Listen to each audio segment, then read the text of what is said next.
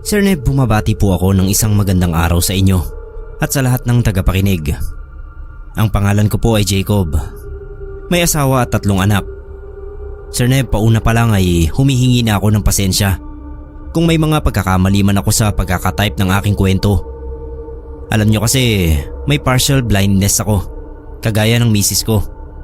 Nagkakilala kami sa community ng mga gaya naming visually impaired. May glaucoma kaming dalawa. Naagapan na yung kanya, kaya kahit papano ay maayos pang masasabi ang kanyang paningin. Pero yung sa akin ay hindi na naagapan pa. Sa ngayon ay konting-konti na lang ang nakikita ko at malapit na sa punto ng absolute glaucoma. Marahil ay nagtataka kayo kung bakit ako umabot sa malalang estado ng kondisyon na yon. Gayong pwede naman sanang maagapan. Sa totoo lang kasi ay hindi naman tipikal na glaucoma na dulot ng pinsala sa ugat ng mata ang dahilan ng nangyari sa akin. May kahalo itong hiwaga.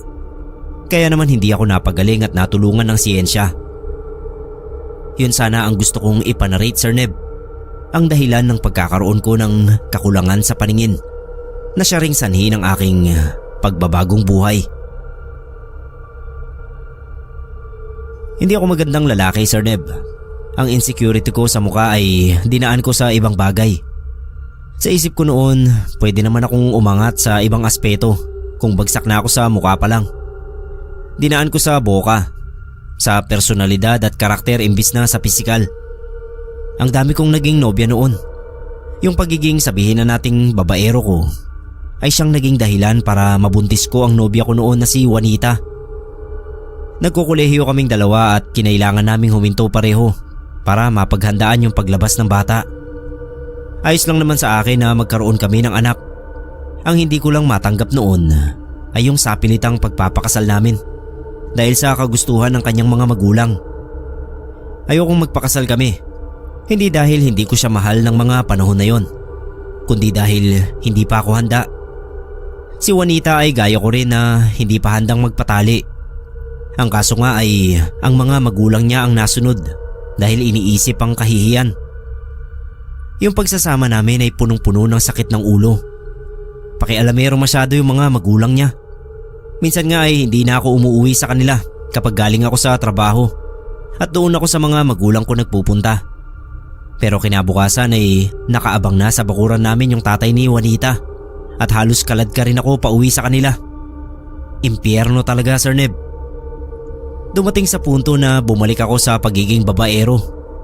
Noon ay hindi ko inugali na pagsabayin ng mga babae. Pero noong nagpakasal kami ni Juanita, ay syempre pa hindi ko na pwedeng gawin yun. Kaya ang nangyari ay nagkaroon ako ng kirida. Bago manganak si Juanita ay may kirida ako na katrabaho ko rin. Nung malaman nila yon, ay syempre nagalit sila ng mga magulang niya. Nakikitira ka na lang sa pamamahay namin. Gagaguhin mo pa yung anak ko. Tanda ko pa yung sinabing yan ng tatay ni Juanita. Alam kong mali na ng babae ako, sabi ko noon. Pero sa palagay ba nyo, tama yung ginagawa nyong pagmamaneho sa buhay namin ng anak nyo?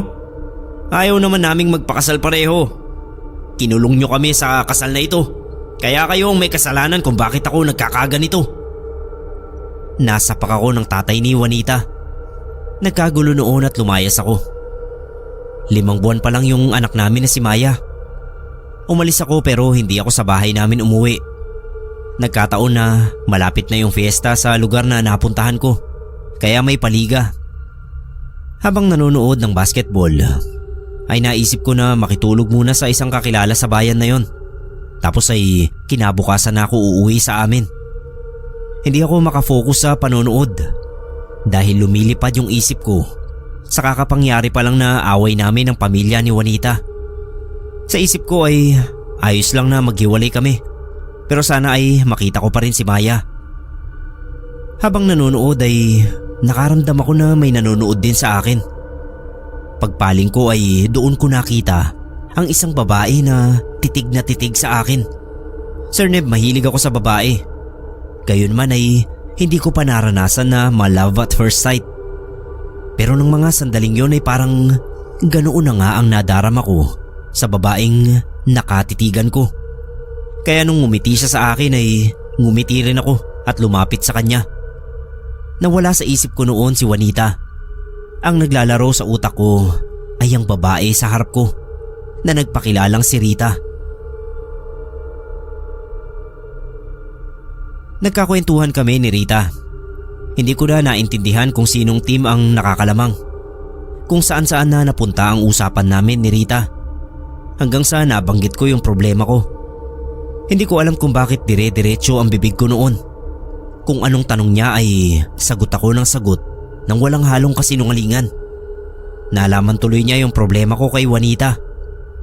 Tinawanan pa ako ni Rita at ang sabi ay babaero daw pala ako. Hindi ko naman tinatanggi yan, sabi ko. Pero hindi ko naman ugali yung magsabay ng nobya. Nagkataon lang na tinali na nila ako sa misis ko, kaya hindi ko na siya magawang iwan. Eto tuloy at problemado ako. Hinawakan ni Rita yung braso ko at nagtanong kung gusto ko raw ba talaga ang kirida o nagre-rebelde lang ako sa pamilya ng asawa ko. Napaisip ako sa ganoong tanong ni Rita, pero nakasagot din naman ako agad. Gusto ko talaga si Liway, sagot ko. Si Liway nga pala yung nobya ko sa trabaho. Gusto ko si Liway at wala na talaga akong pag-ibig para sa asawa ko. Yung anak na lang namin ang iniisip ko. Napatingin ako sa kamay ni Rita na noon ay umakyat na sa itaas ng braso ko, papunta sa balikat hanggang sa dibdib ko. Sabi niya ay kung gusto ko raw si Liway, paano niya ako yayayain sa kubo niya? Baka raw makonsensya pa ako habang may ginagawa kami. Para akong sinisilaban noon. Bigla yung pagkabuhay ng dugo ko at kahiya-hiyamang aminin ay sumikip bigla ang pantalon ko. Mabuti at hindi mahahalata ni Numan dahil abala sa laro ng mga tao. O wala bang magagalit? Tanong ko. Baka may humabol sa akin ng taga. Tumawa si Rita at sinabing wala. Bago ako hinila. Nagpadala ako. Wala akong baong pera nun. Kaya sinabi ko agad na hindi kami makakapag-check-in. Mabilis na sagot ni Rita ay malapit lang yung bahay niya. Pero yung malapit ay parang 30 minutos yata naming nilakad. Basta may kalayuan din talaga at papunta na sa kabukiran. Medyo kinabahan nga ako dahil madilim na sa dinaraanan namin at bibihira yung mga nasasalubong naming tao o sasakyan. Naisip ko na baka modus yung napasukan ko at pagnanakawan pa ako kahit na wala akong kahit na ano. Matapos yung mahabang lakaran ay nakarating kami sa isang kubo na may pilapil. Hindi naman yun mukhang bahay kundi tamang pahingahan lang ng mga magbubukid. Pero hindi na ako nagtanong. Timping-timpi lang talaga ako noon dahil mainit na yung pakiramdam ko. Walang ilaw sa kubo pero ayos lang. Hindi naman ganoon kadilim dahil may buwan. Pagpasok pa lang namin ay nanguna na agad si Rita. Hindi ko na idedetalye yung mga nangyari. Basta alam nyo na yun. Gulat na gulat ako kay Rita dahil siya yung pinaka-kakaibang babaeng nakasama ko. Napakasaya ko nung mga sandaling yun na hindi ko na pinansin ang parang paggaspang ng makinis na hita ni Rita. Yung mga palad niya ay parang gumaspang din habang nakasakal siya sa akin. At ang pagsakal niya na yon ay unti-unting humihigpit habang si Rita ay unti-unting bumibigat. Nakarinig ako ng mga mahihinang ungol na hindi kasing sarap sa pandinig kagaya ng kay Rita. Yung mga ungol ay parang yung sa gutom na hayop o halimaw. Doon ako kinabahan.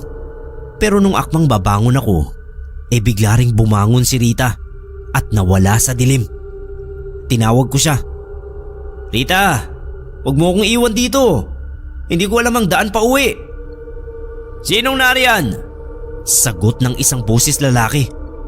May tao ba riyan? Sabi pa ng isa. Hoy, huwag kayong mga salaula! At nagsunod-sunod ang boses ng mga kalalakihan. Nakita kong may liwanag na papalapit sa may pintuan, kaya dali-dali akong nagbihis. Hustong nagsusuot na ako ng pang-itaas nang may sumungaw na lalaki.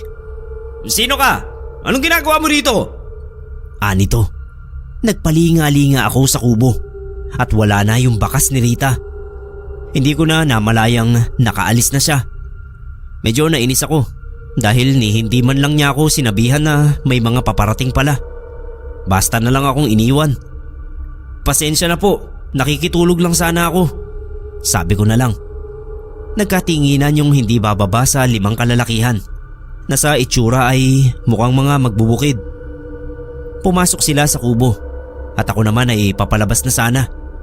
Pero pinigilan nila ako. Magpahinga na raw muna ako at sa umaga na umalis. Maghahanda lang daw sila para sa pag-aararo.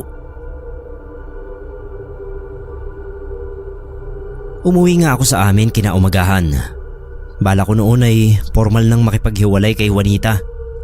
Pero bandang tanghali lang ay dumating yung tatay niya na may kasamang mga barangay tanod.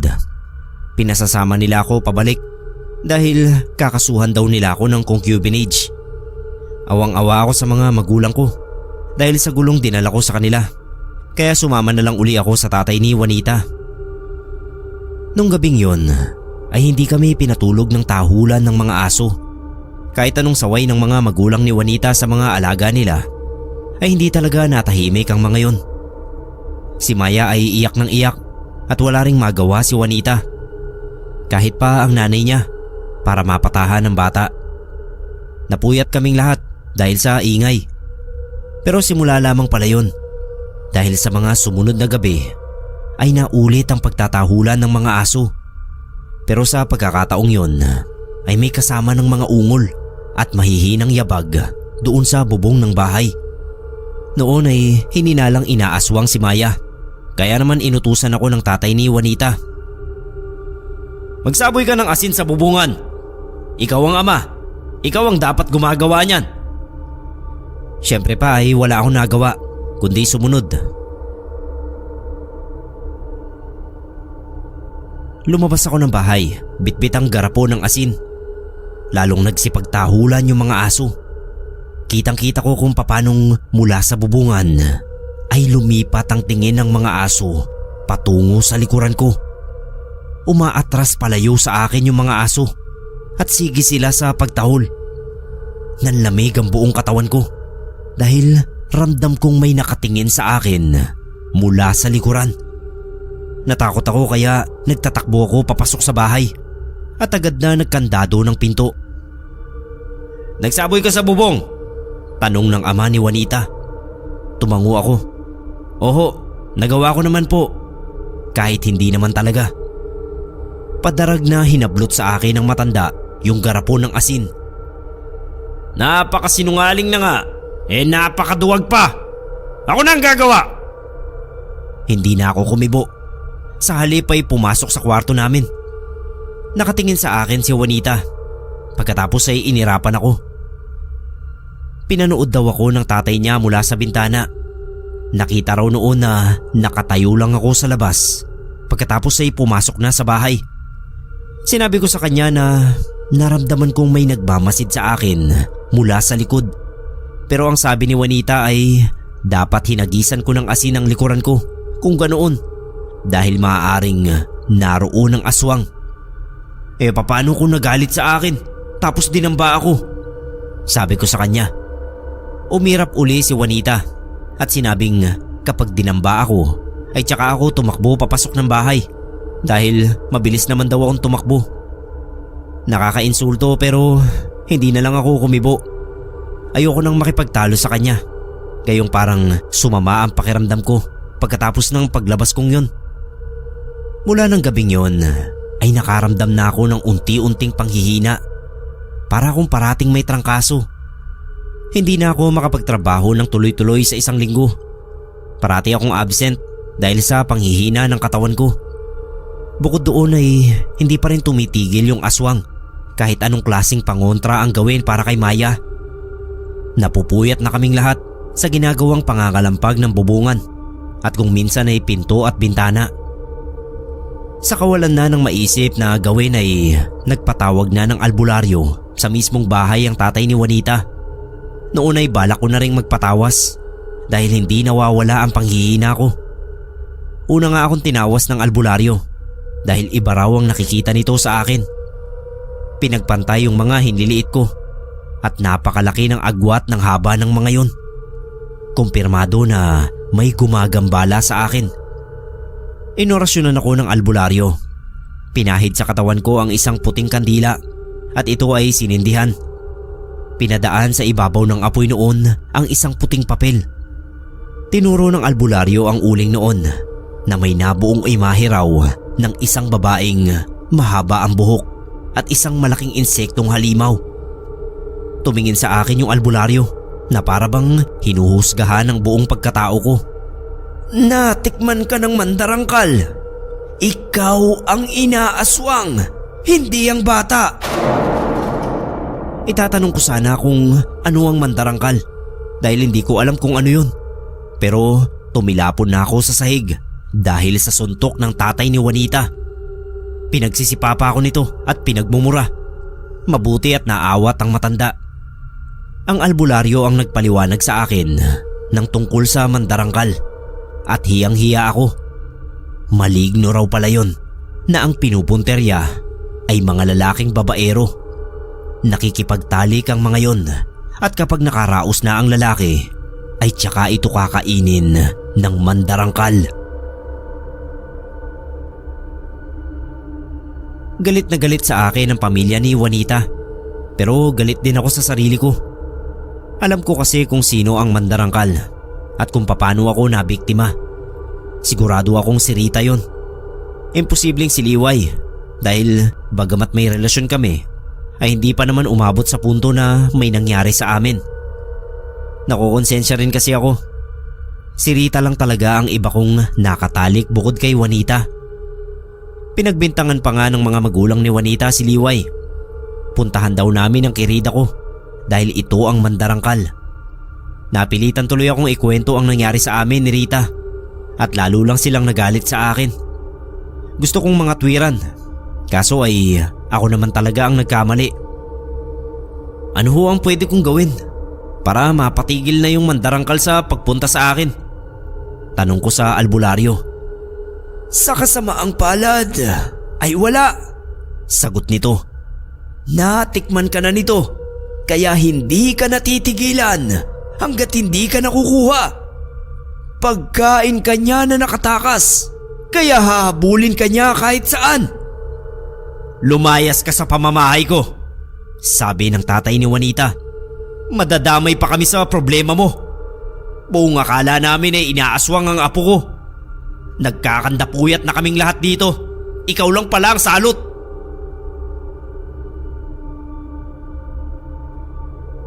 Imbis na malungkot sa pagpapalaya sa akin ay natuwa pa nga ako. Sa wakas ay makakalaya na ako sa pamilya ni Juanita. Umuwi ako sa amin at sinabi sa mga magulang ko ang bago kong problema. Ang sabi ni tatay ay imposibleng walang pangontra sa mandarangkal. Tutulungan daw niya akong maghanap. Naiyak talaga ako noon, Sir Neb. Hindi ako sinermonan ng mga magulang ko at sa halip ay tinanggap uli at tutulungan pa. Ibang-iba sa pakikitungo sa akin ng magulang ni Juanita. Pero syempre siguro kasi magulang ko talaga si nanay at tatay. At kagaya nga ng sinabi ng albularyo ay hindi ako tinigilan ng mandarangkal. Nasundan niya ako hanggang sa bahay ng mga magulang ko. Wala kaming alagang aso na tumatahol at magbababala na nasa paligid na ang mandarangkal. Pero ang mga paramdam nito ay sapat na para sa aming malaman na nasa malapit lang siya. Para akong sinisilihan noon. Mas matindi ang pagpapahirap sa akin ng mandarangkal noong nasa amin na ako. Doon kina Juanita ay nagkasakit lang ako ng parang tinatrangkaso. Pero sa bahay namin ay parang hinihila na niya ako palabas. Nakadarama ako ng sobrang init ng katawan na para bang hindi ito maaalis ng pakikipagtalik ng kung sino lang. Dapat ay may isang partikular na babae, kay Rita lamang. Maligo ka ng malamig na tubig, ang laging sabi ng tatay ko kapag ganoong nasa malapit na si Rita. Gabi-gabi akong nagbababad sa malamig na tubig nun at sa tuwing gagawin ko yun ay naririnig namin yung mga kalampag sa bubungan at pinto. Parang gusto talagang pumasok ng mandarangkal. Nagpakuna ng isang laylay ng bawang ang tatay ko sa labas ng mga pinto at hindi rin namin nakakaligtaan na maglagay ng asin sa mga hamba ng bintana, gayon din sa bubungan. Nung mga panahon na yon ay bumaba na ang timbang ko. Namayat na nga ako sa poder ni na Juanita ay lalo pa akong pumayat dahil sa pagkakasakit na sanhi ng mandarangkal na gusto akong makuha. Nakipaghiwalay na nga rin pala sa akin si Liway dahil sa takot sa nangyari sa akin. Naunawaan ko naman siya. Ayaw lang niyang madamay. Napakaraming albularyo na ang sumubok na mapahiwalay sa akin si Rita. Pero lahat sila ay bigo. Hanggang sa nakilala ni nanay, si Mang Jun, na nakatira sa Pasay. Pero ang sabi ay taga-Samar daw talaga. Nirekomenda ng isang suki ni nanay sa Avon, si Mang Jun. At siya nga ang nakatulong sa akin mula sa ilang buwang pahirap ni Rita. Madali lang ito eh. Yun ang sabi ni Mang Jun nang malaman niya ang kondisyon ko. Uminom ka lang sana ng katas ng panyawan. Hindi ka na malalapitan yan. Nabuhayan ako ng loob sa sinabi ni Mang Jun. Maghahanap ako niyan, sabi ni tatay. Ano bang kailangan? Dahon o tangkay? Ramdam ko rin na tinubuan ng pag-asa ang tatay ko dahil sa magandang sinabi ni Mang Jun. Kaya lang ay madali ring humina ang pag-asang yon sa sumunod na sinabi ng albularyo. Dapat noon pa. Nito. Hindi ba alam ng mga napagtanungan yung albularyo? Alam ng lahat na pangontra sa aswang ang panyawan. Aswang din naman ang mandarangkal. Sayang yan.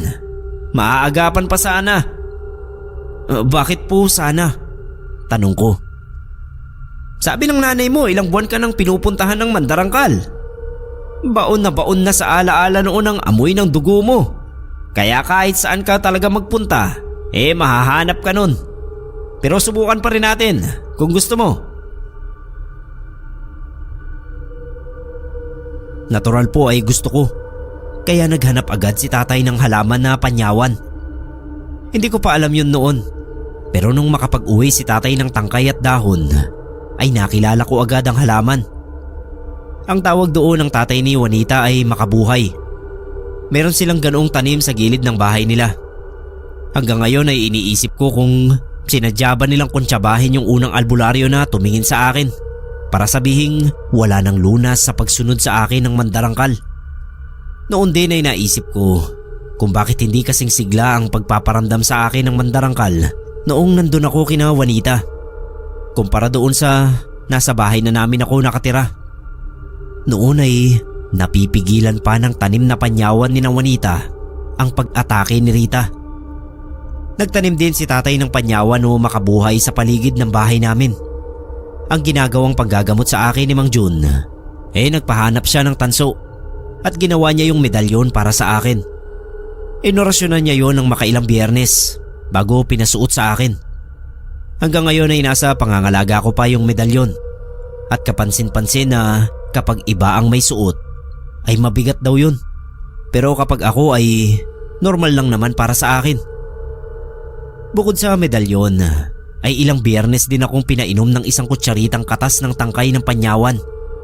Sobrang pait na talagang sumasakit ang ulo ko at ilong. Katagalan ng pag-inom ko noon ay napansin kong parang nagkakaroon ng lamat ang mga mata ko.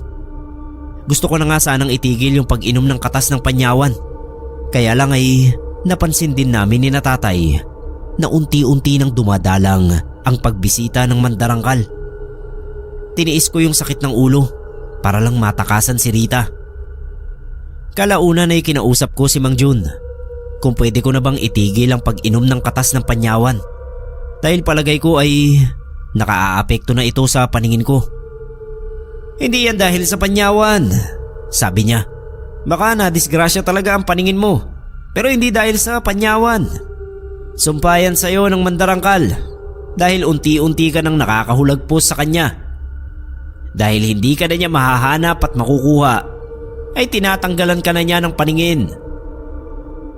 Sabi pa ni Mang Jun dahil humina na ang pang-amoy sa akin ng mandarangkal dahil sa paghalo ng panyawan sa dugo ko, ay pwede ko na itong mailigaw. Pwede na raw akong lumipat ng tirahan at hindi na ako nito masusundan. Umalis uli ako sa poder ng mga magulang ko at nagtrabaho sa isang pabrika sa Cavite. Pero habang naroon ay unti-unti na ngang lumala ang lamat sa mga mata ko. Glaucoma nga raw ang sabi ng mga doktor. Pero hindi nila ito mapagaling, kaya tinanggap ko na sumpa nga ito ni Rita na isang mandarangkal. Lumipas ang ilang taon na tuluyan na akong naging PWD. Kinailangan kong aralin muli ang maraming bagay at sumali ako sa isang samahan ng mga visually impaired. Noon ko nakilala si Irene na may kapareho kong kondisyon. Nagsama kami at nabiyayaan ng 2 anak. Sa ngayon ay may bago na rin kinakasama si Juanita. May 3 siyang anak dito. Hindi ko masasabing maayos kaming dalawa, pero nag-uusap naman kami at maayos ang samahan namin ni Maya na ngayon ay lagpas 20 anyos na. Ang tanging panalangin ko na lang, Sir Neb, ay sana hindi makatagpo si Maya ng lalaking gaya ko noong kabataan ko. Sana wag mapasa sa kanya yung karma na dapat ay para sa akin.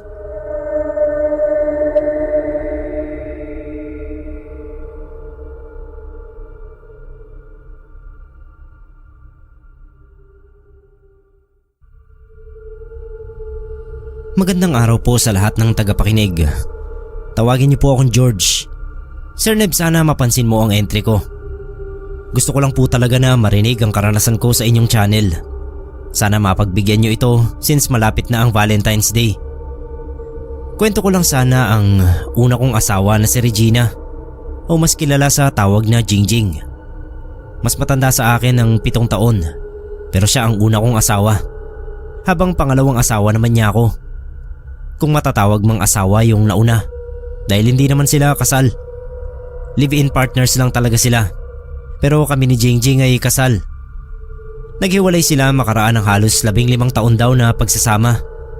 May 2 silang anak noong panahon na nagsasama kami. 15 anyos ang panganay nila noon at 13 naman ang bunso. Nasa pangangalaga ng mga magulang ni Jingjing ang mga yon dahil nag-aaral sila sa Nueva Ecija. At ayaw pumayag ng mga magulang ni Jingjing na ipakisama sa akin ang mga bata dahil babae ang mga yon. Alam nyo na, nag-iisip sila ng hindi maganda sa akin kasi hindi ko nga naman kadugo yung mga bata. Nauunawaan ko naman sila. Kung itatanong nyo kung bakit naghiwalay sina Jingjing at yung una niyang kinakasama, ay dahil sa domestic violence. Nananakit ito, lalo na kapag nalalasing. Ang problema ay madalas nga maglasing yung lalaki at kapag lango na ay binubugbog si Jingjing. Dahil sa mga pang-aabusong yon ay nakialam na yung mga magulang ni Jingjing at kinuha sa kanila yung mga bata. Hindi kinukuha ng mga magulang niya si Jingjing dahil may ginagawa siya na kinagagalitan ng kanyang mga magulang. Kapag walang tama yung asawa niya ay nagja-jamming silang dalawa. Nagpa-pot session. Sabi ni Jingjing, nagsasyabu siya noon para mawala sa isipan ng problema niya doon sa asawa niya. Ewan ko, hindi ko maintindihan ang punto niya. Basta ang alam ko ay nagsasyabu nga siya noon. Naghiwalay lang sila dahil nahuli sa buy bust yung asawa niya. Ilang kilong shabu ang nakuha rito, kaya ito nakulong. Ilang buwan pagkaraan makulong ang asawa niya ay nagkakilala kami ni Jingjing sa pinapasukan niyang pabrika. Sa kantin siya at ako naman ay sa logistics. Niligawan ko siya at nagkamabutihan kami. Alam ko naman yung nakaraan niya, pero ayos lang sa akin. Kahit na may mga nagsasabi na dapat ay pumili ako ng walang sabit dahil binata ako. Wala akong pakialam sa sinasabi ng iba. Nagustuhan ko kasi kay Jingjing yung pagiging prangka niya at masayahin. Minsan sobrang saya na hindi na nagiging taklesa at nakapagsasalita na ng hindi maganda. Pero aliw na aliw talaga ako sa kanya. Kako, maganda yung ugali niya na walang keme at walang sikreto. Talagang bukas na aklat sa lahat. Matapang din siya kaharapin ng mga taong hindi niya nagugustuhan ang ginagawa. Kinukumpronta niya agad, hindi nagpapaligoy-ligoy. Kaya naaayos ka agad dahil napag-uusapan. Wala siyang kaaway kahit na masasabi kong bungangera siya. Kalaunan nga ay pinakasalan ko na siya at nagsama kami. Simpleng kasal lang sa mayor ang dinaos namin dahil gusto naming magtipid para sa pagsisimula ng panibagong buhay. Imbis na gastusin sa magarbong kasal ang perang hawak namin, pinagpatayo namin ng maliit na bahay at nagsimula ng maliit ding negosyo. Siyempre may kasama ng loan yan sa bangko. 3 taon ang nagdaan at kahit papano ay umaangat ang negosyo naming mini grocery at bigasan. Siyempre hindi mawawala ng mga nangungutang. Nagpapautang naman si Jingjing kaso hindi pa rin talaga mawala sa kanya yung pagiging mabunganga. Naisip ko nga at ng iba pa naming kakilala, baka isa sa mga nabungangaan niyang mangungutang ang nagpakulam sa kanya. Mapunta sa pinakarason ng pagsesend ko ng entry sa inyo, Sir Neb. Isang beses ay kinailangan kong umalis ng bahay namin para dayuhin sa Maynila ang isang seminar para sa maliit na negosyante. 2 araw ako noong nasa syudad dahil nagpunta ako isang araw bago ang mismong ganap. Malayo-layo kasi yung kandon sa Maynila. Kung pipilitin kong magbiyahe sa mismong araw ng seminar, grabing pagod ko na yon. Kaya naman isang araw bago ang seminar ay nagbiyahe na ako pa Maynila. Tapos syempre nagpahinga ako ng konti bago umuwi. Kaya naka2 araw din na naiwan sa bahay si Jingjing. Wala nga pala kaming katulong, Sir Neb. Kaya naman kasi naming pagsabayin ang pagnenegosyo at gawaing bahay. Sa buong panahon na nasa Maynila ako, nagtatawagan at nagte-text kami ni Jingjing. Maayos naman daw sa bahay. Kaya naman daw niya. Noong papauwi na ako ay tinanong ko pa siya kung anong gusto niyang pasalubong. Bahala na raw ako. Binilhan ko na lang siya ng fried siopaw sa Binondo at kung ano-ano pang pagkain. Kako pa, wag muna siyang matutulog at hintayin niya ako para makain namin ang dala ko. Oo raw. Kaso pagdating ko sa bahay, tulog na siya. Nakailang busina na ako pero hindi nagbubukas ng gate si Jingjing. Kaya nagkusa na ako, kesa naman makabulabog pa ng kapitbahay. 10:00 na yata ng gabi nun. Mabuti at may susi ako kaya nakapasok ako sa bahay. At nakita ko nga siyang tulog na tulog sa kwarto. Nakatulog na lang din ako. Tapos ay nauna pa rin akong magising sa kanya. Hinayaan ko na lang dahil baka ako napagod din na mag-isa siyang nag-asikaso ng tindahan. Ako na lang yung nagbukas ng tindahan namin noong umaga na. Ang bungad kaagad sa akin ng mga bumili ay buti raw at dumating na kaming mag-asawa. Ang alam pala ng mga kapitbahay at suki namin ay kaming 2 ni Jingjing ang umalis dahil 2 araw daw na sarado ang tindahan. Nagulat ako syempre. Buong akala ko ay patuloy pa rin ang negosyo namin kahit na mag-isa lang si Jingjing. Naisip ko yung nawalang kita sa loob ng 2 araw. Tapos yung gastos ko sa Maynila. Bilang negosyante syempre nakakarinding malaman na wala palang pumasok na pera at panay palabas lang. Kaya paggising ni Jingjing ay tinanong ko agad siya kung bakit sarado yung tindahan. Hindi niya ako kinibo. Sa halip ay kinain niya yung mga pasalubong ko. Pinabayaan ko lang siya pero medyo uminit yung ulo ko sa mga pailalim niyang sulyap sa akin. Para ba siyang galit na hindi ko maintindihan? Napansin ko pati na kung kumain siya ay halos iniisang subo lang niya yung siopaw. Halos mabulunan na siya at kumalat yung pagkain sa bibig niya. Kaya sinaway ko. Pero pinanlisikan lang niya ako ng mga mata. Hindi ka ba bumangon ng higaan sa loob ng 2 araw kaya gutom na gutom ka? Sabi ko pa. Pero inangilan niya lang ako na para siyang hayop. Nabuisit ako kaya hinawakan ko siya sa braso at inagaw yung kahon ng siopaw. Pero tinabig lang niya ako at sumiksik sa gilid ng ref na para bang batang nagtatago. Natameme ako. Kakaiba yung kinikilos niya at bukod doon ay sobrang init ng balat niya.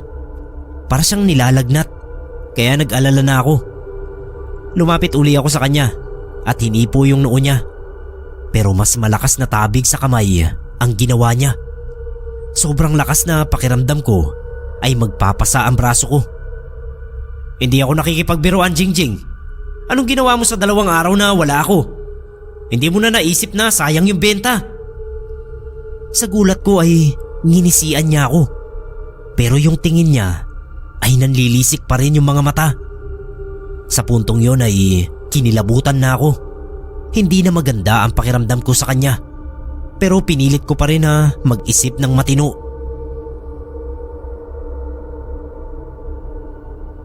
Pinilit kong iniaho ng sarili ko at kinausap ng matino si Jingjing. Kako, magpahinga lang siya kung masama ang pakiramdam niya. Pilit kong sinasaksak sa kukote ko na nilalagnat lang siya at nagdidiliryo, kaya kakaiba ang kilos. Lumabas ako at bumalik sa tindahan, pero paminsan-minsan ay sinisilip ko si Jingjing. At napansin ko na palakad-lakad lang siya sa kabahayan at bubulong-bulong. Nung mga pagkakataon na yon ay in denial pa ako, pero lahat ng nakikita ko sa kanya parang senyales na sabog siya. Hindi ko alam kung ano ang aktwal na epekto ng droga sa mga taong gumagamit, maliban sa yung mga napapanood ko sa TV na gumagawa sila ng mga krimen. Si Jingjing nga kasi ay dating nagsasyabu noong nagsasama pa sila ng una niyang live-in partner. Kaya ang naisip ko, baka sabog siya. Baka sa 2 araw na wala ako ay nagpaka-addict na naman siya at binalikan ng dati niyang bisyo. Naiiyak ako noon, Sir Neb. Kasi kung tama ang hinala ko na nagbalik na naman sa paggamit ng droga si Jingjing, ano pala ang dahilan niya? Hindi ba siya masaya sa pagsasama namin? O may mabigat siyang problema na gustong kalimutan? Kagaya noon sa piling ng una niyang asawa.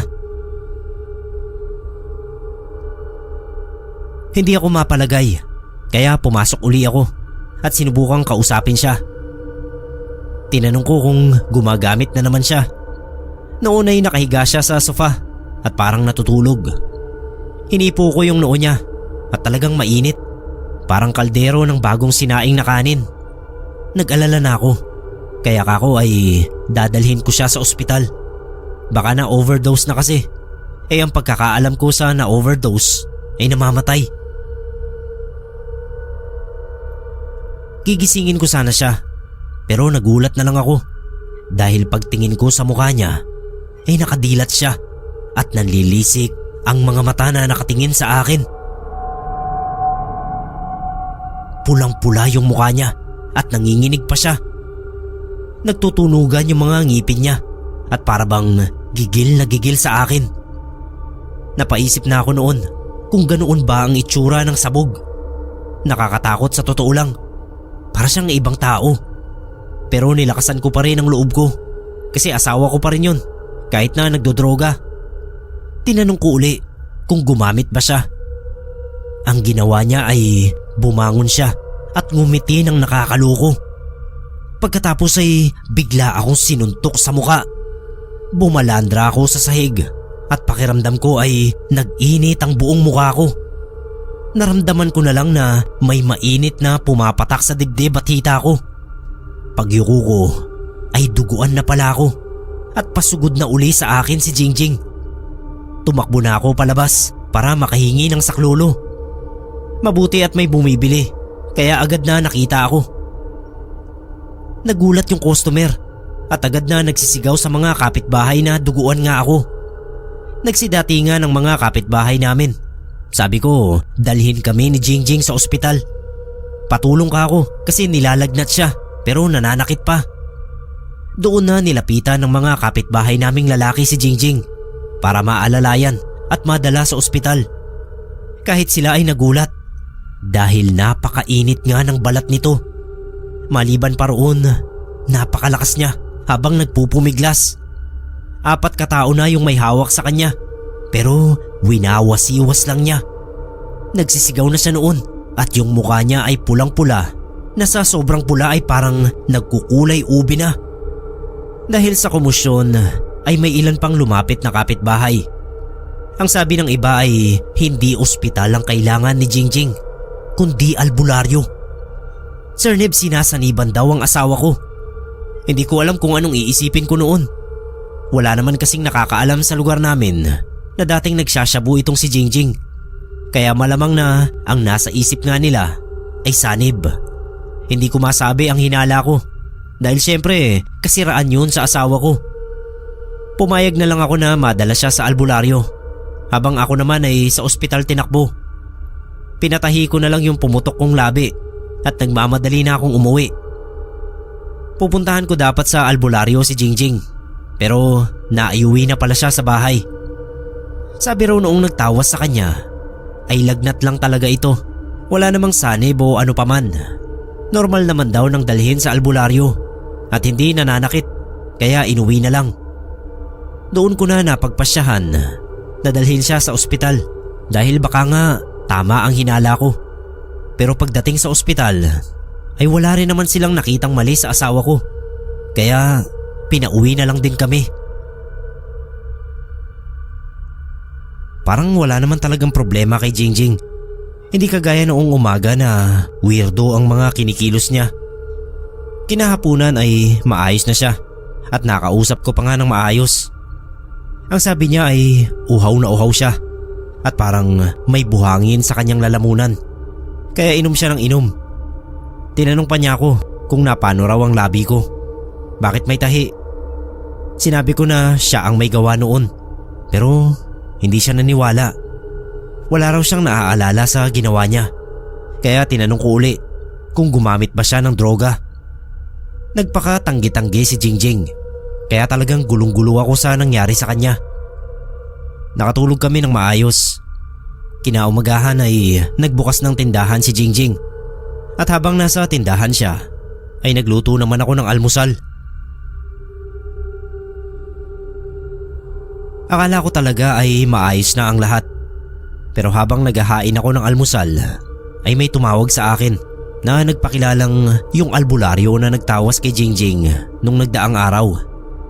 Nakuha raw niya yung number ko sa mga taong nagdala kay Jingjing sa kanya. Humingi siya ng pasensya dahil nagsinungaling daw siya sa paggamot sa asawa ko. Ang totoo raw ay may nakita talaga siyang nakalukob kay Jingjing. Pero dahil sa takot ay sinabi niyang wala. Ramdam daw niya na napakalakas nito at kung makikialam siya ay siya ang malalagot. Para daw magmukhang tinawas niya ito ay kinuha niya pa rin ang pangalan at birthday. Tapos ay ginawa na ang ritual ng pagtatawas pero wala siyang binanggit na orasyon. Hindi raw napansin noong albularyo na ang anak pala niya na nagpa-practice na rin ng panggagamot ay nakita ang papel na pinagsulatan ng pangalan at birthdate ni Jingjing. Kaya tinawas din ito ang asawa ko. Kumpleto ang orasyon na ginamit ng kanyang anak. Kaya nakita nito kung sino o ano ang nakalukob kay Jingjing. May nakita raw na malinaw na imahe ng lalaki, yung anak niya. Pero kaagad na nasunog yung papel, kaya hindi na nakita ang iba pang detalye. Pagkatapos daw ay nawalan ng malay ang anak ng albularyo at nadatnan na lang nila ito na wala ng malay sa kwarto. Tinatawag daw nila para sana maghapunan na pero hindi bumababa kaya pinuntahan na niya at ayun nga at nakita itong nakabulagta sa sahig. Katabi niya yung kandila na natunaw sa simento at ang libreta kung saan nakasulat ang orasyon na ginamit nito. Kasama yung papel kung saan nakasulat ang pangalan ni Jingjing. Nung mahulaan ng albularyo ang ginawa ng anak niya, ay tinawag niya yung nilalang na nagpaparusa kay Jingjing at nanikluhod na patawarin ang kanyang anak sa pakikialam. Halos ipagpalit na raw niya ang kanyang buhay rito para lang patawarin ang anak niya. Binantaan pa daw siya noong nilalang na huwag makialam sa ginagawa nito at ipaalam daw sa amin na nalalabi na ang oras ni Jingjing. Tsaka lang daw nagising at nakapagkwento yung anak niya nung pumayag siya sa gustong mangyari noong nilalang. Natural hindi ako makapaniwala kasi kalusog-lusog ng asawa ko tapos may ganun. Kamuntik ko nang murahin yung albularyo pero sa halip ay pinatayan ko na lang ng tawag at pinuntahan si Jingjing sa tindahan. Maayos naman yung kalagayan niya. Nagkukwenta ng mga pautang na umabot na sa pagkalaki-laking halaga. Tinanong ko siya kung wala ba talaga siyang naaalala noong 2 araw na nasa Maynila ako at kung bakit hindi siya nagbukas ng tindahan. Natahimik siya at parang napaisip pero sumagot na wala raw talaga. Nagtataka nga raw siya kung anong nangyari sa kanya.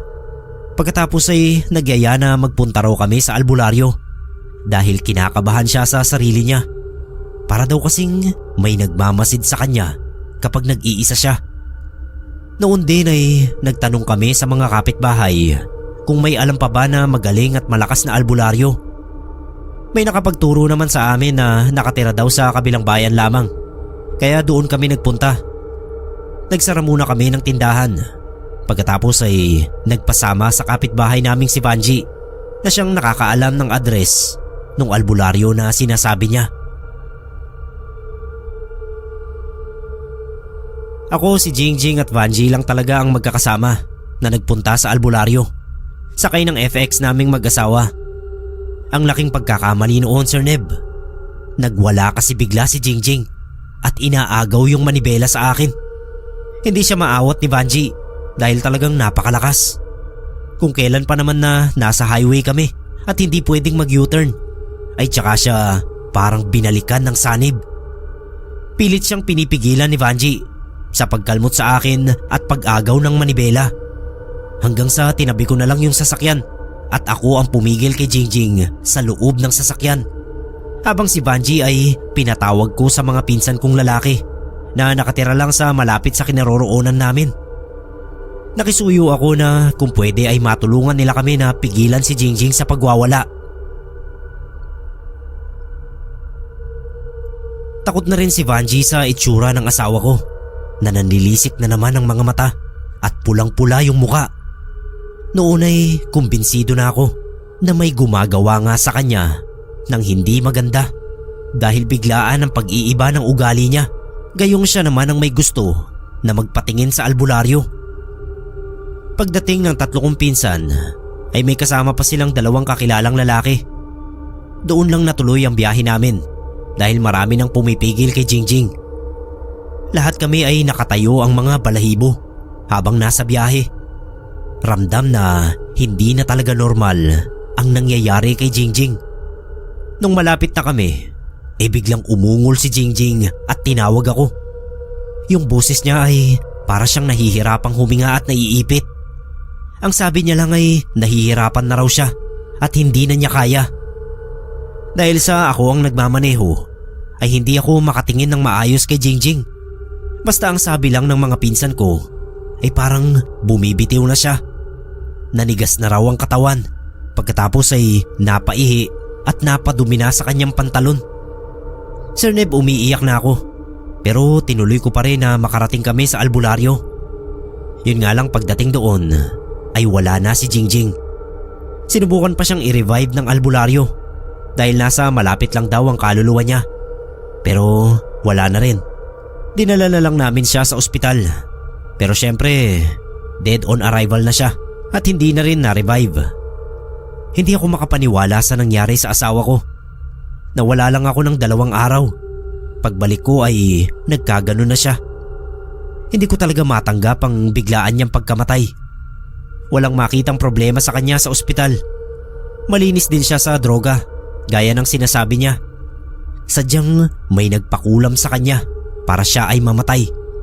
Pero kung sino man yun ay hindi ko na nalaman pa. Basta ang sabi ay may napakatinding galit kay Jingjing ang kumulam o nagpakulam sa kanya. Hindi na raw kasi siya pinahirapan, kundi pinatay agad. Ang kutob ko ay sa mga pautang namin yon, kasi nga bungangera siya.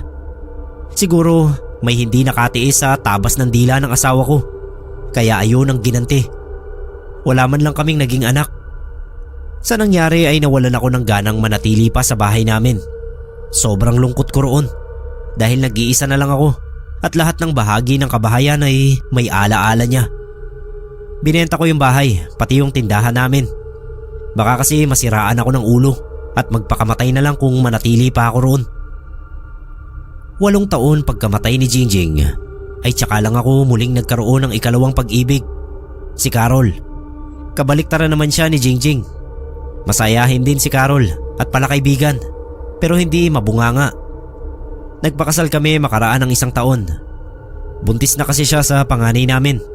40 na ako ngayon, Sir Neb. Pero ang panganay kong anak ay 4 na taong gulang pa lang. At ang bunso ay 8 buwang gulang. Matagal-tagal ko rin palang pinagluksa si Jingjing. Alam ni Carol ang buong kwento namin ni Jingjing. At kahit siya ay naniniwala na kinulam nga ang una kong asawa. Nasaan man ngayon si Jingjing ay sana tahimik na ang kaluluwa niya.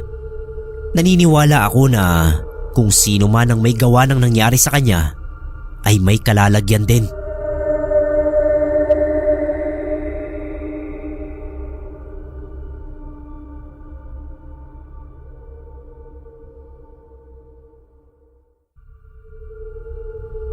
Hello po Sir Neb at sa lahat ng nakikinig sa Pinoy Creepypasta. Ako nga pala si Pilar. Isa akong manggagamot. Nahihiya akong tawaging albularyo ang sarili ko. Pero para mas madaling maunawaan, ay yan na lang ang gagamitin ko para i-describe ang sarili ko. Nakakapanggamot naman talaga ako ng mga nakulam, nabarang, naengkanto at iba pa. Pero bukod dyan, ay aaminin ko na gumagawa din ako ng kalaban dyan. Pangkukulam, pambabarang at panggagayuma. Yang mga yan. Pero una sa lahat, hindi ko naman ginagawa ang mga yan kapag alam kong maling-mali na. Halimbawa kapag ang pinapabarang o pinapakulam ay dahil lang sa inggit. Nalalaman ko naman kasi kung nagsasabi ng totoo ang isang kliyente. At kapag nagsisinungaling nga siya, ay syempre tinatanggihan ko. Ang tinatanggap ko lang na pamarusa ay kapag ang kliyente ko mismo ang naagrabyado. Tipong gumaganti sila at deserving lang sa pagganti nila ang paparusahan. Sa gayuma naman, tinatanggihan ko kapag sobrang bata yung gusto nilang gayumahin o kaya may asawa o partner yung target. Ang tinatanggap ko lang ay yung kapag parehong single at wala akong nakikitang masamang intensyon ng kliyente, kundi talagang nagmamahal lang at desperado na. Alam kong mali pa rin ang ginagawa ko, pero sabihin na lang nating may katumbas na halaga ang mga yan at kailangan ko rin namang kumain. Ako at ang pamilya ko. Mapunta tayo sa pamilya ko. May 4 akong anak sa una kong asawa at 4 din sa ikalawang partner ko. Hindi ako kasal sa partner ko na si Delphine. Ang totoo nga niyan ay kasal pa rin ako sa una kong asawa na si Gary. Si Delphine ang nagparamdam sa akin kung paano dapat tinuturing ang isang asawa, kung paano dapat minamahal at pinaglilingkuran. Kay Delphine ko naranasan yung dapat sana ay kay Gary dahil kaming dalawa ang nagsumpaan sa simbahan. Napakabuting tao ng kinakasama ko ngayon, Sir Neb. Sa edad namin ngayon na malapit nang pumalo sa 60, ay kinikilig pa rin ako sa mga ginagawa niya para sa akin. Samantalang si Gary, wala yang pinaranas at pinamuka sa akin, kundi kung gaano kahina ang ulo ko at kung gaano ako kawalang kwenta. Hindi naging maganda ang pagsasama namin ni Gary. Hindi naman niya ako sinasaktan ng pisikal, pero mas malala ang ginagawa niya. Masakit ang mga salitang binibitawan niya sa akin. Dinig ng mga anak namin kung paano niya ako tawaging tanga, inutil, bobo at kung ano-ano pang salita na nakakababa ng pagkatao. Sa lahat ng pagkakataon na minumura at nilalait ako ni Gary, pigil na pigil kong umiyak, lalo na at kaharap ang mga anak namin. Pilit ko ring hindi pinapansin ang mga sinasabi niya. Ayokong isipin dahil kapag nagsimula na akong mag-isip sa mga sinasabi niya, para ba akong may naririnig na boses sa utak ko. Napakalinaw at ang laging sinasabi ay iwanan ko na si Gary. Layasan ko na raw dahil hindi ako aangat hanggat kasama ko siya.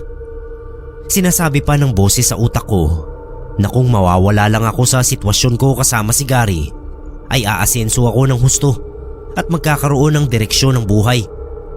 Si Gary daw ang pabigat sa buhay ko na pumipigil para mailabas ko ang potensyal na meron ako.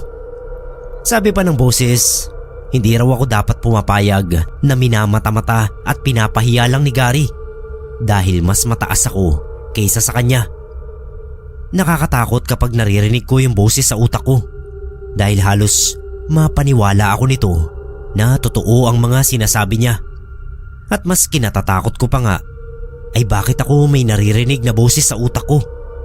Nasisiraan na yata ako ng ulo kaya ganoon. Wala akong mapagsabihan dahil sobrang baba na talaga ng kumpiyansa ko sa sarili nung mga panahon na yun. Wala akong lakas ng loob na aminin sa ibang tao na baka may problema na ako sa pag-iisip. Pinagsawalang bahala ko yung boses sa utak ko na malalaman kong siya ko palang gabay. Napakatagal pa na panahon na binubulungan ako ng boses sa isipan ko na hiwalayan si Gary. Pero hindi ko ginagawa. Ayokong lumaki ang mga anak namin na hindi kumpleto ang pamilya. Nang makalaya ako kay Gary, sabi ng mga kakilala ko, ay grabe ang epekto ng pang-aabuso sa akin ni Gary. Hindi man niya ako pinagbubuhatan ng kamay, ay kamuntik na niyang mabaldado ang isipan ko. Pinahina niya kasi ang tiwala ko sa sarili. Kaya naniwala ako na kapag umalis ako sa poder niya ay wala nang mangyayari sa buhay ko. Dahil ako ay tanga o bobo. Mas matindi pa sa pisikal na pananakit ang ginawa niya sa akin. Dahil ang sugat na nilikha niya ay mas malalim at nagmarka. Sa labis na kalalaan ay ultimo gabay ko ay napilitan ng magkusang magparamdam sa akin sa pamamagitan nga ng mga bulong niya na inisip ko namang sanhirin ng mga pang-aabuso ni Gary. At nangyari na nga yung aksidente na siyang bumago sa buhay ko. Pagod na pagod ako sa maghapong trabaho sa bahay at mga pagtawag sa akin ng mga suki ko sa manicure. Ang saya ko pa nga nung araw na yon kasi sa pagkakaalala ko, 4 yung nagpamanicure sa akin. Magkakapatid sila. Kaya medyo malaki yung kinita ko. Pagkatapos noon ay naglaba pa ako ng uniforme ng mga bata. Nagluto at iba pang gawain ng may bahay. Basta sa madaling salita ay busy ako ng araw na yon. Maaga akong nakatulog dahil sa pagod at namalayan ko na lang na nilalagnat pala ako. Saglit akong bumangon para uminom ng gamot bago matulog uli. Malalim na yung gabi noon pero wala pa si Gary. Pero hindi ko naman siya hinanap o hinintay. Mabuti nga ako na wag nang umuwi. At ayun na naman yung bumubulong sa akin. Pagkakataon ko na raw para umalis kami ng mga bata. Umuwi na lang daw ako sa mga magulang ko at magsimula ng panibagong buhay. Tutulungan daw ako nitong boses sa isipan ko na makabangon sa buhay. Siyempre hindi ko pinansin yun. Inisip ko na nagdedeliryo lang ako sa lagnat. Nagdasal na lang ako na sana kung anumang karamdaman ang meron ako ay gumaling na at ilayo ako ng Diyos sa masasamang elemento. Bukod kasi sa naiisip kong nasisiraan na ako ng ulo, ay sumasagi na rin sa isip ko na baka demonyo o maligno ang bumubulong sa akin. Nakatulog nga uli ako ng mahimbing hanggang sa nagising ako na may sumisipa sa tagiliran ko. Banig lang kasi yung higaan. Pagtingin ko ay si Gary pala. Amoy na amoy ang alak sa kanya. Akala ko pinauusog niya lang ako dahil mahihiga na siya. Yun pala ay uutusan akong bumili ng pandesal. Tinanong ko kung anong oras siya dumating at bakit hindi pa siya ang bumili ng pandesal, gayong siya yung galing sa labas. Minura agad ako at sinigawan. Ang dami ko raw usisa at hindi na lang sumunod sa utos niya. Para lang wag na siyang mag-ingay ay bumangon na ako. Magigising pa kasi niya yung mga bata. Tinulak pa ako dahil napakabagal ko raw. Sabi ko ay nilalagnat ako pero wala siyang pakialam. Hindi man lang kinamusta ang kalagayan ko. Nag-jacket lang ako at lumabas na. Awang-awa ako sa sarili ko. Nananakit yung mga buto ko. Pero naglalakad ako sa labas ng 3:00 ng madaling araw para pagsilbihan ng asawa kong lasing. Nakakaiyak. Pero bago pa man ako mapaluha, ay hayan na naman yung boses sa isipan ko. Mas malakas sa pagkakataong yun at parang galit na. Inuutusan ako na magpahinga at maupo muna sa waiting shed. Mapapahamak daw ako sa ginagawa ko. Sinagot ko yung boses at kako ay mas mapapahamak ako kung hindi siya tatahimik dahil mababaliw na ako. Tumahimik naman yung boses kaya nagpatuloy ako sa paglalakad. Pero talagang nanlalambot na yung mga tuhod ko. Masama talaga ang pakiramdam ko at nahihilo na rin ako. Basta ang huli kong naaalala noon ay nakahiga ako sa kalsada at may paparating na jeep. Huli na nang malaman kong nasagasaan ako. Sunod kong nakita ay isang liwanag na kulay orange. Wala yung hugis. Liwanag lang talaga. Alam niyo yung bombilya na kulay orange ang liwanag? Parang ganun. Pero mas malaki at walang hugis. Walang pinanggagalingan. Steady na liwanag lang sa harapan ko na nagsasalita. At ang nakakatawa roon, parang naaalala ko na wala akong maramdamang takot. Kung sa normal na tao ay siguradong hindi na malaman ang gagawin kapag nakakita ng lumulutang na liwanag na nagsasalita. Kapag naaalala ko ngayon ay para lang akong may kausap na bagong kakilala noon. Yung boses ng liwanag ay siya ring boses na nasa isipan ko. Siya yung nagsasalita sa loob ng utak ko at nagpapayo na iwan ko na si Gary. Nagpakilala ito sa akin pero tawagin na lang nating itong liwanag. Ang unang sinabi ni liwanag sa akin ay hindi ko maaaring sambitin ang totoo niyang pangalan. Madudurog daw ang mga ngipin ko kapag ginawa ko yun. Kung gusto ko raw siyang tawagin ay sa isipan lamang. Huwag ko rin daw isusulat ang pangalan niya dahil kukuyom ang mga kamay ko at hindi ko na ito magagamit kahit kailan.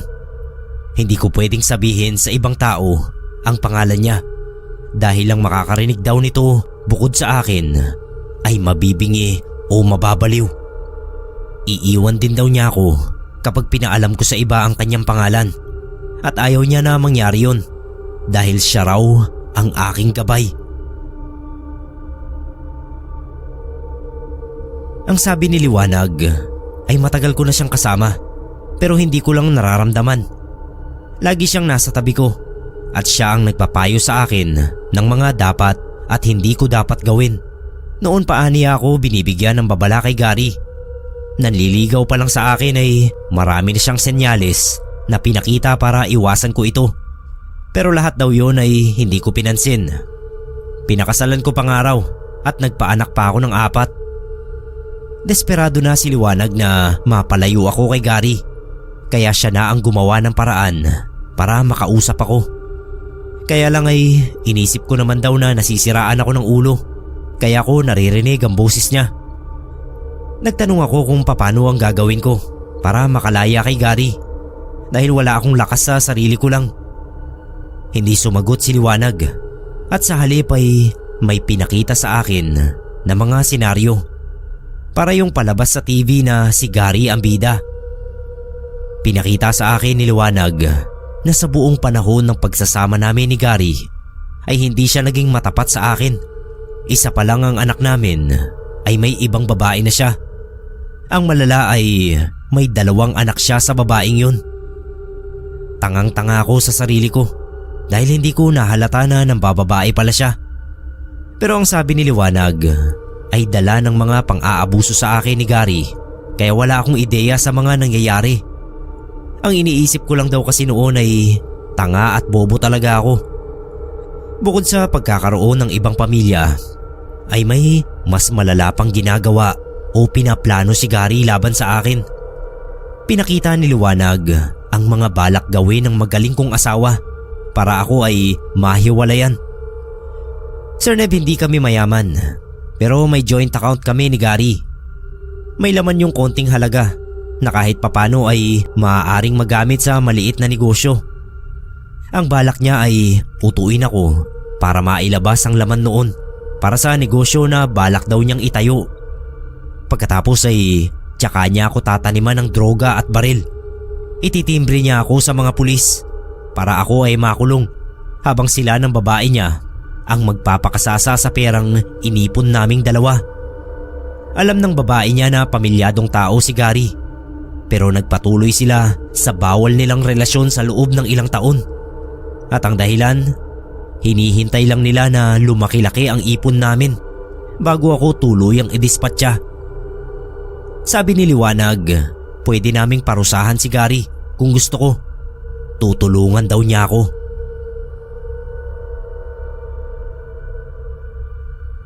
Wala akong naramdamang kahit na ano sa unang pagtatagpo namin ni Liwanag.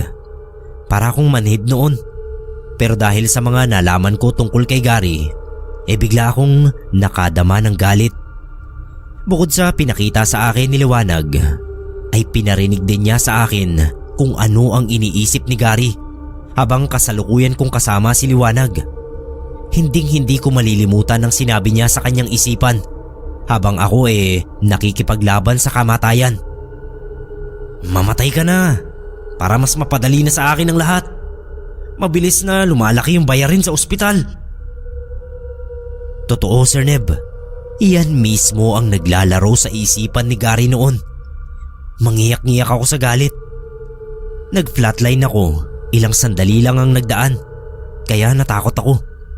Sabi ko kay Liwanag ay ayoko pang mamatay dahil gusto kong makaganti kay Gary sa lahat ng ginawa niya sa akin. Ang sabi ni Liwanag ay hindi ako mamamatay.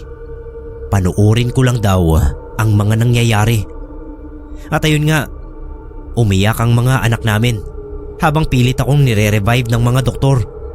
Umiiyak din sa isang tabi si Gary, pero sa isip niya ay tuwang-tuwa siya. Yes! Thank you, Lord! Yan pa ang nasa isipan niya noon. Ewan ko kung sinong Lord ang pinagdasalan ng walang yan. Sabi ni Liwanag ay tawagin ko lang siya sa aking isipan kapag kailangan ko siya. Hindi na ako nakasagot pa dahil napadilat ako ng mga mata. Na-revive ako ng mga doktor sa labis na tuwa ng mga anak ko. Si Gary ang una kong hinanap pagkamulat ko at kitang-kita ko ang dismaya sa mukha niya pagkakita na buhay pa ako. Nagpahinga lang ako sa ospital ng mga ilang araw pa. Lagi kong kausap sa isipan ko si Liwanag at siya ang nagbigay ng ideya sa akin na pwede akong maging isang manggagamot. Siya ang nagtuturo sa akin kung saan ako dapat pumunta at kung sino ang dapat kong maging guro. Pero bago ang lahat ay inayos ko muna ang lahat sa pagitan namin ni Gary. Formal akong nakipaghiwalay sa kanya. Pasalamat ako kay Liwanag sa bagong lakas na binigay niya sa akin dahil hindi ako nadala sa mga panlalait ni Gary sa akin. Binabaliktad kasi niya ako noon at sinasabing kaya ko gustong makipaghiwalay sa kanya dahil may lalaki ako. Kako ay magharap kami sa barangay kung may lalaki ako dahil kaya ko silang iharap sa barangay ng babae niya. Nagpakatanggi-tanggi pa siya noon. Nanindigan akong alam ko na ang kalokohan niya. Binuksan namin yung joint account. Mabuti at nakatago yung mga deposit slip kaya nakuha ko lahat ang aking nailagay na pera doon. Mas malaki ang parte ko dahil mas marami naman nga akong nailagay doon. Galit na galit si Gary pero wala naman siyang magawa dahil sinabihan ko siyang ipapabarangay ko sila ng kabit niya. Umuwi kami ng mga anak ko sa bahay ng mga magulang ko at doon nagsimula muli ng bagong buhay. Nagtayo ako ng maliit na tindahan mula sa ipon kong pera. Kasabay noon ay nag-aral akong manggamot sa tulong ng mga taong sinabi ni Liwanag na maaaring magturo sa akin. Nung mga panahon na yan ay ayaw akong tantanan ni Gary at patuloy pa rin akong sinasabihan ng masasakit at masasamang salita. Wala siyang alam na nag-aaral na akong mangkulam at mambarang. Kaya hindi niya alam kung bakit namaga ang dila niya at nagkasingaw siya ng napakarami. Pinagaling din naman namin siya ng guro ko nang makarating sa akin ang balita na naaapektuhan na ang pag-aaral ng mga anak nila ng kabit niya dahil sa nangyayari sa kanya. Hindi kasi makapasok ang mga bata dahil wala ng pambaon. Ang nanay kasi nila ay walang trabaho at umaasa lang din kay Gary.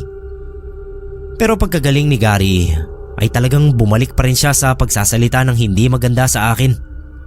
Hindi ko malaman kung saan siya kumukuha ng kapal ng muka na magalit pa sa akin, gayong siya ang maliwanag na ng babae.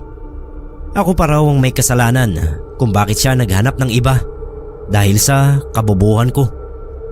Nabuisit na ako, Sir Neb. Si Gary ang una kong biktima sa bago kong kakayahan at siya rin ang pangalawa.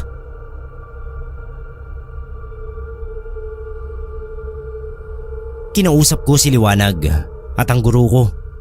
Sabi ko gusto kong matigil na sa wakas ang bunganga ni Gary. Nagsasawa na kako ako sa mga naririnig kong masasamang salita galing sa kanya. Naghiwalay na kami at lahat. Nagsasama na sila ng malaya ng kabit niya. Pero ayaw pa rin akong palayain sa pang-aabuso niya. Alam ng lahat na siya ang nagtaksil, pero gumagawa pa rin siya ng paraan para ibunton sa akin ang sisi kung bakit siya nagloko. Umiyak na ako noon sa guro ko. Sabi ko ay gawan niya ng paraan na hindi na ako mapagsasalitaan pa ng masakit ni Gary. Dahil yun na lang ang isang bagay na talagang nagpapahina sa akin. Kahit kasi si Liwanag ay hindi ako matulungan dahil ang problema ko raw ay nasa utak ko na lang.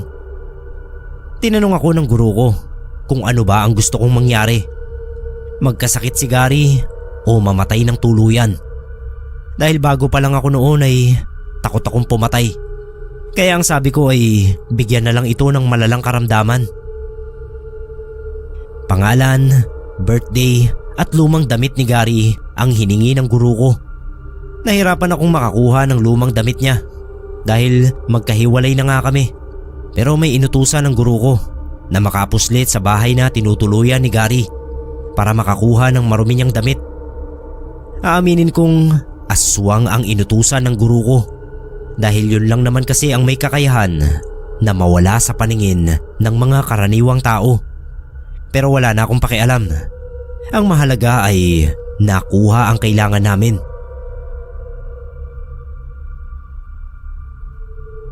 Isang buong magdamag kong dinasala ng damit ni Gary sa isang tahimik na silid na kandila lang ang ilaw. Nakasulat sa papel ang mga dapat kong gawin at maingat ko yung sinundan. Kinikilabutan ako noon dahil first time kong magparusa ng matindi. Pero kahit sino naman, basta may tamang gabay lang, ay maaaring gawin ang ginawa ko kay Gary. Antok na antok ako nang matapos ko yung ritual. Pero tuwang-tuwa naman si Liwanag sa akin. Ang galing ko raw. Natulog ako buong maghapon pagkatapos noon. Kinahapunan nang magising ako ay binalita ng nanay ko na na-stroke daw si Gary. Nangilabot ako dahil alam kong dulot ng ginawa ko ang nangyari sa kanya. Halo ang takot at tuwa ko dahil doon. Paralisado na raw ang kaliwang parte ng katawan ni Gary at hindi na siya makakapagsalita maliban sa mga ungol. Sa wakas, matitigil na siya sa mga panlalait niya sa akin at pagbibitiw ng masasamang salita.